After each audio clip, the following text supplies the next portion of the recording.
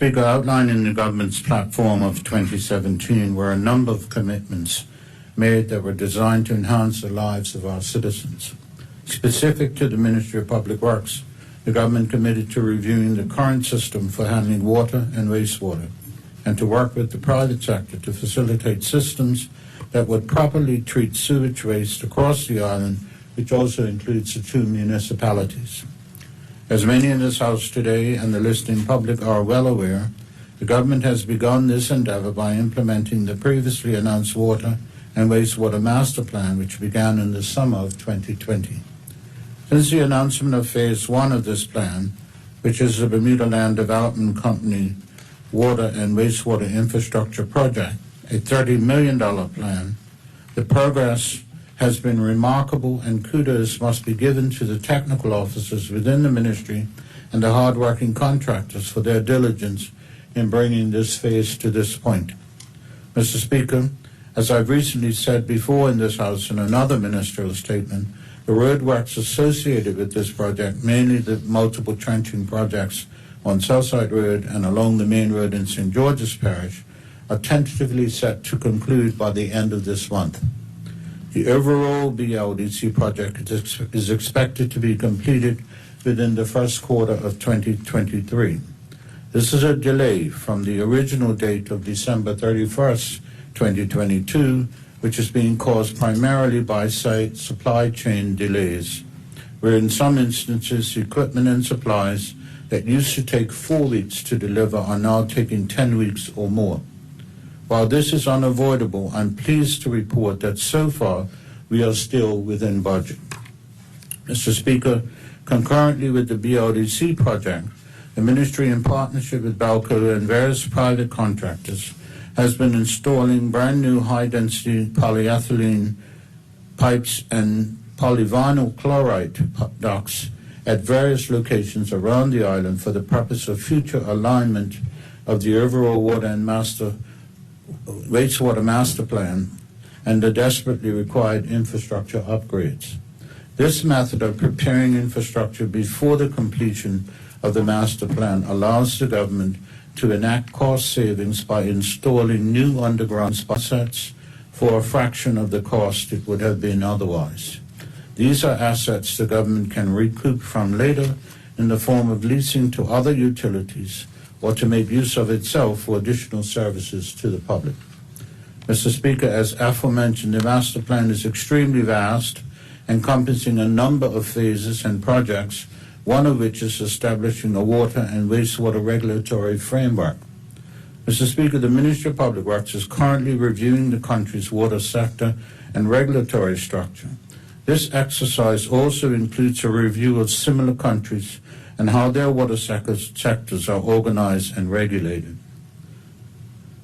Honorable members of this House and the listening public may recall in September and October of this year, through workshops with key stakeholders, online posts on the Bermuda Citizens Forum, social media live events, radio interviews, and other outreach channels, the Ministry completed this initiative's first consultation phase.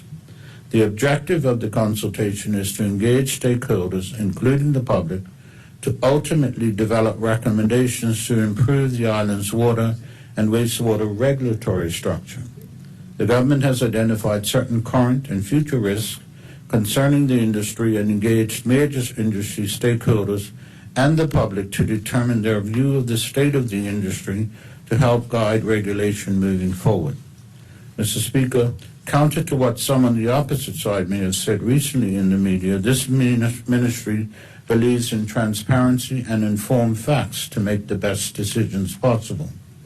With that being said, Mr. Speaker, the Ministry of Public Works is now soon to complete 3 reports on 1, a regulatory authority structure, 2, water quality standards, and 3, wastewater quality standards, all based on the feedback received from the general public and stakeholders. These 3 reports will be the basis of the second round of public and stakeholder consultation, which is expected to begin early next year. Mr. Speaker, these major infrastructure upgrades designed to enhance the lives of residents are not going unnoticed internationally either. The The Bermuda government was recently awarded a National Government Leadership Award by the Alliance for Polyethylene Pipe, which recognizes the valuable work of the Bermuda government in the implementation of the Water and Wastewater Masterplan, the correct use of PE pipes, and the great work of the BODC in facilitating the startup of a fusion training and certification protocol for the island. Mr. Speaker, I'd like to remind this Honorable House, as articulated in the Legislative Year's throne speech, the government will continue to prioritize improvement of Bermuda's infrastructure. The completion of Phase 1 of the Water and Sewage Infrastructure Master Plan in March 2023 will see the installation of a new sewage treatment system, water production facilities, and the associated distribution system.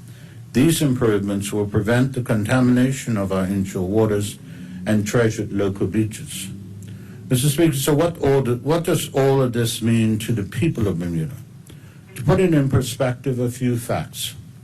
16 miles of piping has been laid and slightly more than 5 miles of trenching in St. David's and St. George's. 1,500 feet of that piping is underwater from Severn Bridge to Stokes Point Road. A new wastewater treatment plant has been installed but not yet commissioned. A new reverse osmosis plant has been installed. 8 lift stations for sewage, 10 water pumping stations. A new water storage tank for St. George's, 110,000 gallons. Removal of sewage outfall in St. George's.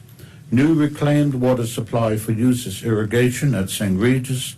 Control and monitoring system for all infrastructure. 3 standby generators for essential operations of the plants and pump lift stations. And, of course, the contractors who have done the work.